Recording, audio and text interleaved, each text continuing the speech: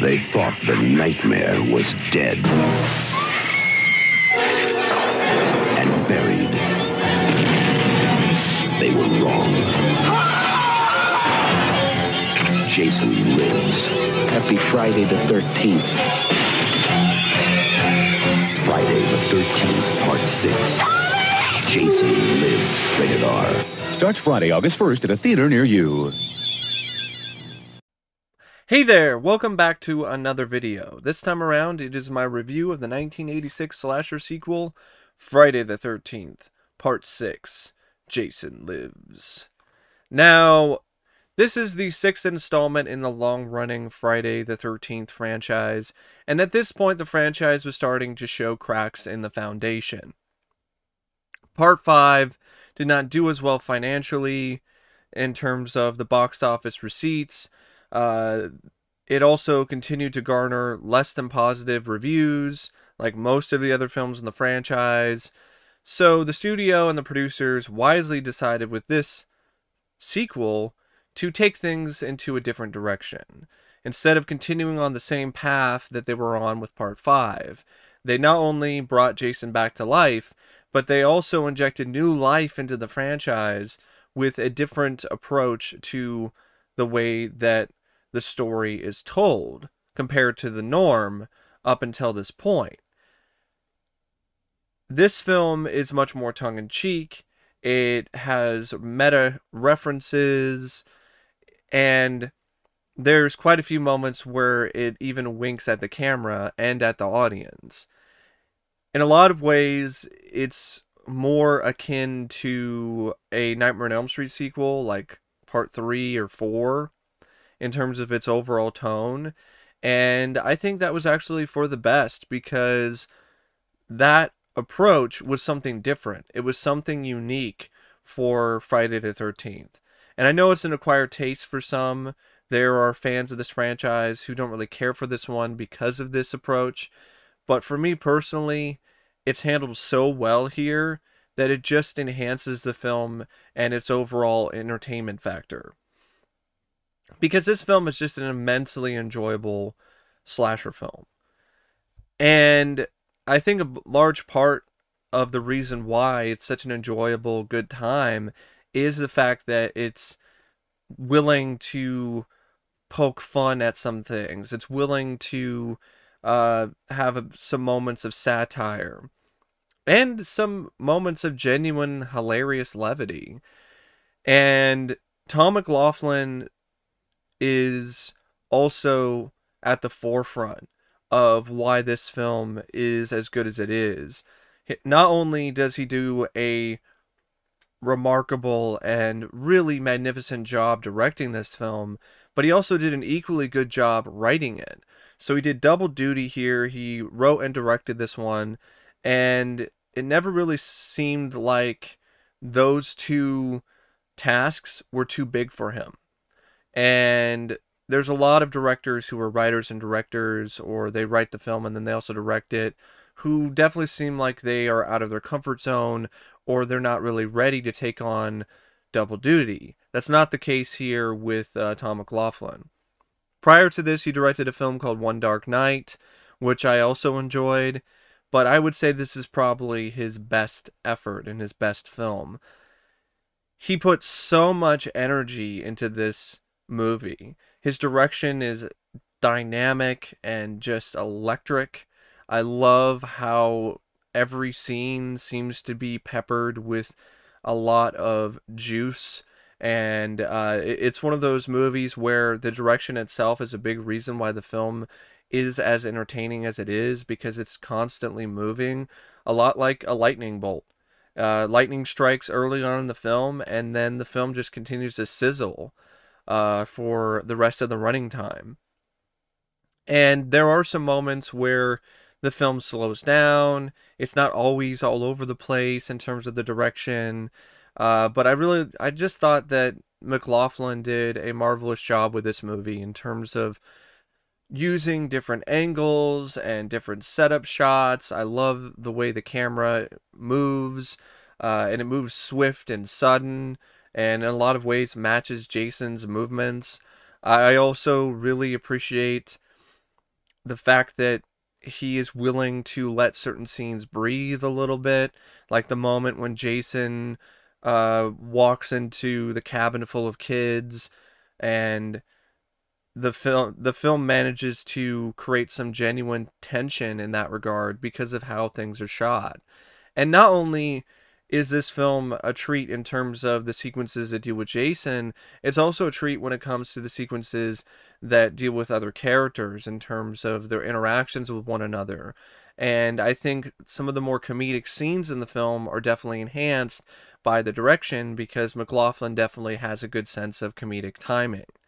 Now, speaking of timing, I also feel he did a really fantastic job working with the timing of the kills. Now, in this film, you could tell the MPA completely butchered the movie, censored it to oblivion, so there's really not a whole lot of gore. There's some aftermath stuff, like severed limbs. There's that room in the cabin that's just covered in blood, and there's blood that sprays, but for the most part, you don't really see a lot. I would say the goriest kill is in the beginning when a guy gets his heart ripped out. Other than that, a lot of it's aftermath stuff, and definitely tamer compared to other films in the series.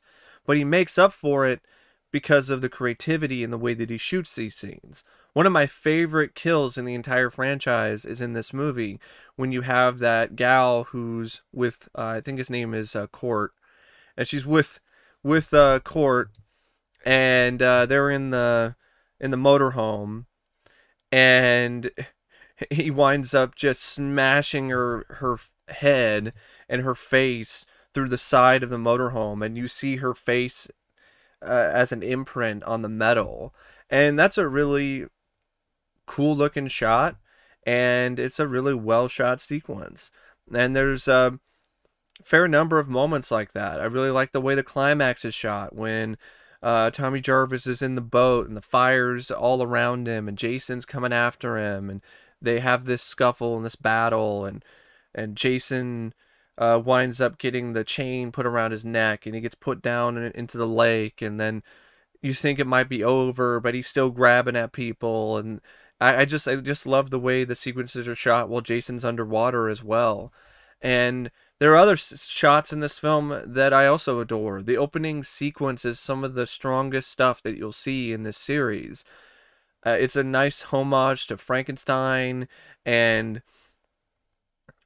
it just really gives off this monster movie vibe, which is perfect because in a lot of ways, Jason Lives is one part slasher movie and one part monster movie.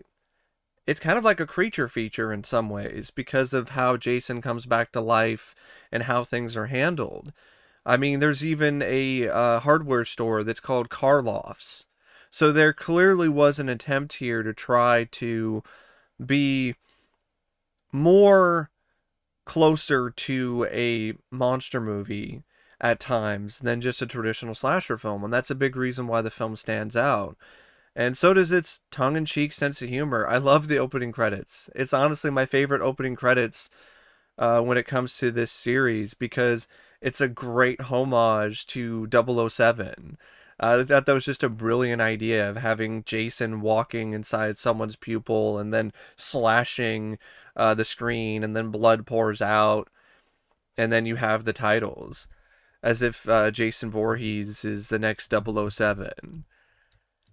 And the screenplay is simple but very effective. I like the fact that it just starts out with Tommy Jarvis going to Jason's grave, trying to deal with some things, digs him up, has a breakdown, starts stabbing him, and then because he decided to not leave things alone, because he decided to dig up the past comes back to haunt him, and in a big and grand way, because lightning strikes the pole that he stabbed him with and brings him back to life. Jason comes up, rips the heart out of Tommy's friend, and he's back, and he's coming for more teenagers and coming for Tommy's head with a vengeance.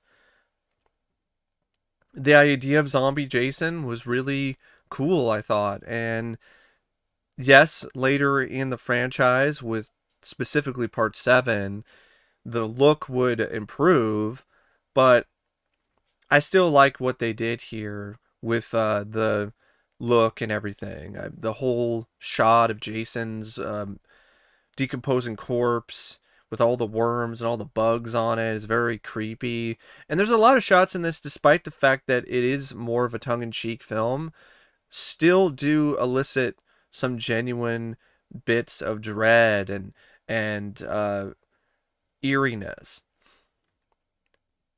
But one of the best aspects of this screenplay is definitely the humor. There are moments where you have like the caretaker of the graveyard who mentions that some kids today have a strange idea of entertainment while he's literally looking at the camera. You have the whole double entendres and the dialogue that's thrown in there, like the back and forth between Tommy and the character Megan while she's driving him around and his head is in between her legs. You even have attempts for one-liners, like this one cop who says, like, wherever the red dot goes, you bang. And that is repeated to the guy later in honestly a pretty crowd-pleasing moment because the cop was a straight-up asshole. And the characters here, they don't have like a ton of character development, but what is there is enough for you to actually care about them. Either there are moments that showcase their charisma or their personality or their innocence, or there are moments where you get to see other characters like Tommy Jarvis show more of a dynamic instead of just very flat one note. Because I felt that that's what was going on with part 5. Despite John Shepard's best efforts, Tommy in that film is very withdrawn, very one note in terms of the way that he acts. So I really liked the way that Tommy was written here. It showed that he still was dealing with some baggage for sure, but it also showed that not only could he handle his own and, you know, hold his own really, but also it showcased that he had a personality, that he wasn't a complete and total zombie due to years of being in mental institutions. So I really liked that, and I felt that the way that the dynamic between Megan and Tommy was written was very strong, and I really liked those two. And I didn't mind the way that they wrote the sheriff, Mike Garris, either, because it was understandable why he had the position that he did, that he thought that Tommy might be the killer, because that's what cops are trained to do. They're trained to think that way. They're not trained to think that it's some kind of zombie of a notorious killer who's going around killing people again. So it makes sense that he wouldn't really believe the truth until much later. And sadly, until it was too late. And the other friends of Megan's who work at the camp, like I said, they had moments where they were able to showcase their own charisma and their personalities. So even though there wasn't a ton of character development, there's enough there where you like them as people in terms of first impressions. I mean, you got Kerry Noonan, Elizabeth Baker, who went by the name Sissy. Kerry Noonan played the character Paula, by the way. You had Tom Fridley as Court. I really liked that character. I thought he was a lot of fun. Darcy DeMoss as Nikki. Nancy McLoughlin as Elizabeth. Tony Goldwyn played a character named Darren Robinson, and Tony Goldwyn, you might recognize him from Ghost and a few other films. He was also in a Tales from the Crypt episode called Abracadabra with Beau Bridges. You also had Alan Blumenfeld, who played Larry. That's really the main cast. I mean, there's a few other people. I mean, like Ron Pielo as Alan Hawes, and Matthew Faison as Stan, and Ann Ryerson as Katie. There, Vincent Gustafaro as Deputy Rick Cologne. That was the other guy. He was just total asshole, if I remember correctly. And you had C.J. Graham who played Jason. I guess Dan Bradley also did some work as Jason. I don't know exactly what he did, though. And the stuff with Jason, like I said, it's simple but effective. Tommy brings him back to life, and Tommy's the one that killed him, so Jason wants revenge. And Jason goes in and kills anyone that's in his way to get to Tommy Jarvis. And he also does some thrill kills, too, because, it's Jason Voorhees we're talking about. I mean, he kills a whole group of paintballers. He kills the couple in the motorhome. There's even a scene where Jason kind of tilts his head when the motorhome is rocking, as if he knows what's going on, or he is kind of confused and he's just puzzled about it. I like that touch that CJ gave to Jason, and I think I honestly think he knew what was going on, and that's why he was like, all right, these motherfuckers are dead. I know why that motorhome's rocking. They're having sex. But But yeah, it's just a fun script with a fun idea. Does it make any sense? No. But at this point, what were you going to do? Jason was dead. No matter what you tried to do in terms of bringing him back to life, it wasn't going to make any sense. So why not go for broke? Why not just be over the top and tongue-in-cheek? And this is actually pretty realistic compared to some other films in the series, which take the realms of reality and bend them in even more crazy ways. But with this one, yeah, it's a little unbelievable. But you had to have a reason for Jason to come back. And so Jason's back. He's a man behind the mask. He's a badass. He's coming for people's heads and throats and coming for Tommy, and Tommy is a good match for Jason. And performance-wise, I thought the actors did pretty awesome jobs. Thom Matthews, I thought, was great as Tommy Jarvis. I really liked this performance. He made the character someone that you definitely rooted for, and you wanted to stay one step ahead of the sheriff and find a way to stop Jason, because in a lot of ways, for most of the film, he was the only one that knew the truth, and he was the only one that could do anything. And I'm really glad that he lived. It easily could have been one of those things where he died trying to kill Jason, but they didn't go that route, and I really appreciated that. Also, what makes the film so different from some of the other films in the series is that it features Tommy Jarvis. He's the final guy. There is no real final girl, even though you could argue that Megan might be considered a final girl since she does live. But this time around, the main focus is on Tommy Jarvis. And it was in part 5, but I don't feel it was really handled as well as it is here. So I really like that about this film. It really makes it stand out because of the focus on Tommy. But Jennifer Cooke also did a good job as Megan. I liked her personality. I liked her spunk. I liked a lot of her takes on her character. And it was just a fun performance. And I thought she had really good chemistry with Thom Matthews.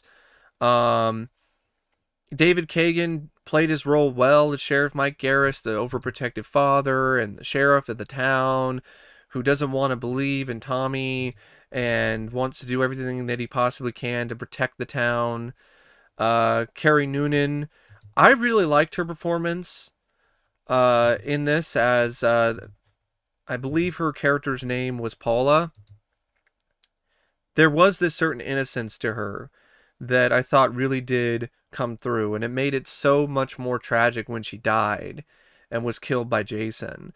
And I've always liked this actress because she was Charity in one of my favorite Twilight Zone episodes from the 80s Twilight Zone, Message from Charity. She was so fantastic in that role in that episode. So it was really nice to see her in something else. Renee Jones did a good job with what she had to work with, had a nice rapport with her other co-stars. Tom Fridley, he was a guy that you could tell loved playing this character. He loved being Court, and Court is a guy who loved life, and you know, he just wanted to party, and he just had such a great personality and vibe that you really had a blast with his scenes. It's another guy. It was a bummer that he had to die. Darcy DeMoss, she was fine too as Nikki. Tony Goldwyn, it was fun to see him in a role like this. Just being a total dumbass though. Like, what are you trying to do, man? Jason is not some guy you want to mess with. And he was like, nah, I could take him. And of course, later on you find out he couldn't take him at all. So yeah, pretty good cast. CJ Graham as Jason Voorhees. I know people have criticized him for being a guy who seems like he's just an out of shape schlub, but I didn't really see it that way. I like CJ Graham. I thought he did a good job here. He's not Kane Hodder, and I would say I would even put Richard Brooker or Ted White above him. I would say he's probably a little lower down the list on when it comes to Jason performances, but I don't think it's necessarily 100% his fault. I think a lot of it just has to do with the censors, the MPAA. If the sequences that he was in were more gory, were more violent, I think he would be more well remembered. But I like his sense of humor that he brings to the character. And there still are some moments where he's legitimately badass. I mean, the scene where he's standing on top of the motorhome while it's on fire, that's one of the most badass moments in the series when it comes to a Jason highlight. So he still holds his own fairly well, despite the fact that he's a little lower on the list than some of the other actors who played Jason Voorhees throughout the years. Harry Manfredini comes back and does the score, and honestly, this might be his best score to date. I really love the new music that he wrote for this score and for the film. I feel it fits it so well, and it's mysterious, and it's eerie, and it's honestly pretty epic, and I like the fact that he still incorporated the famous notes from the other scores, but he really toned them down here and focused more on different pieces of music, and I think it really is something that works. It works very well. It really helps the film stand out in another way. And from a technical standpoint, it's well shot in terms of the cinematography by John Cranhouse. The editing by Bruce Green I thought was great. I thought he did a great job editing this movie. It's another reason why the film feels as fast-paced as it does, is because it's edited so well. And on top of that, you got arguably the best soundtrack in the entire franchise. I mean, you got Alice Cooper. You not only have one song by Alice Cooper, you have multiple songs. So you have the catchy, really fun song that was written specifically for the film, He's Back, The Man Behind the Mask. But then you also have other Alice Cooper tracks, like Teenage Frankenstein. I think it's Rock and Roll Summer is the other one. And then if Alice Cooper wasn't awesome enough, you have other songs on the soundtrack, like Animal by Felony. I'm No Animal by Felony. Like, that's a really catchy song too, and a really fun track. So I love this soundtrack. There's a lot of songs on here that I really, really like. And I don't think there was another score, I mean, well, not really score, but another soundtrack in terms of original songs or songs that were placed into the film that tops Jason Lives. And, you know, $3 million budget was well used on the film, even though some of the, if I was going to have any nitpicks, it would be that some of the gore here, I don't know if it's the way that it's shot or what they used in terms of materials, looks cheap compared to some of the other films in the series. specifically the blood and the machete at times. Like, there's shots where the machete looks like it's made out of tin foil. I think it's just the way that it's shot, but it looks really cheap, and definitely looks fake. And then there's other moments with the blood where the consistency or the color isn't right, so it looks almost like raspberry jam, and that's not really something that I think works that well in a slasher movie. But for the most part, I don't really have that many issues with the movie. It went by at a super quick pace. I liked pretty much all of the characters for the most part. Even the ones that were kind of being obnoxious, they still had their certain traits to them that was enjoyable. I mean, the couple in the beginning, the first couple that gets killed by Jason while they're in the car and their car breaks down, or Jason's in the middle of the road and they're trying to get him out of the road, and Jason kills them with that metal pole. I love that scene because those two characters were written in a way where they were just a lot of fun. I really felt that Tony Goldwyn had a really good bit of chemistry with his co-star in that scene, and it was just a fun way to start the killing spree. I mean, it was a fun way to start the killing spree prior to that, with Jason ripping the guy's heart out. So it was just a really fun, enjoyable, fast-paced slasher, and that's why in a lot of ways it's tied with Final Chapter for my favorite film in the franchise. It all depends on the mood that I'm in, because there are times where I'm in the mood for more traditional slasher, and if that's the case, I'll go with the Final Chapter. But if I'm in the mood for something different, if I'm in the mood for a film that's more tongue-in-cheek, more meta, and part monster movie, I'm going to go with Jason Lives. And I am 100% on board with the fans of this film who really enjoy it and find it to be one of their favorites in the series. I've always enjoyed Jason Lives. When I first saw the Friday the 13th films, this is the one that really was the most consistently entertaining and enjoyable other than the Final Chapter. So I've always been a fan of this one, and I always will be. So anyway, thank you for watching my review of Jason Lives, Friday the 13th, Part 6.